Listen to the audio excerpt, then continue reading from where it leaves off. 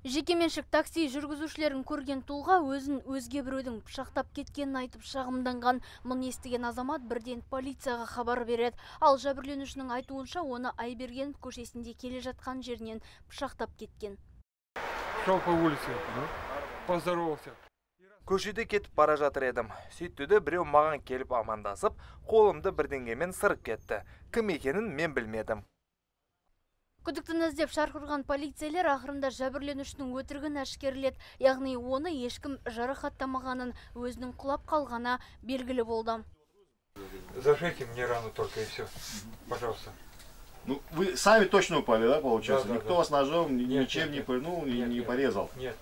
Ну, а по какой причине сказали, не ясно. Мне плохо. Нәтижесінде 52 жасар азаматқа алғашқы медициналық көмек көрсетілді. Ал өтірік айтып, тәртіп сақшыларының мазасын алған азамат енді заң алдында жауап беруіне тура келеді. Ножовой болған деп айтты. Бұл жерде өзі құлаған екен ғой, өзі құлаған, ножовой емес, қалай түсіндіңіз? Хорошо, түсіндім сізді. Нұргүл Жолымбетова, Шакир Омаров, Нұрлан Алтынбеков, ТВК телеарнасы.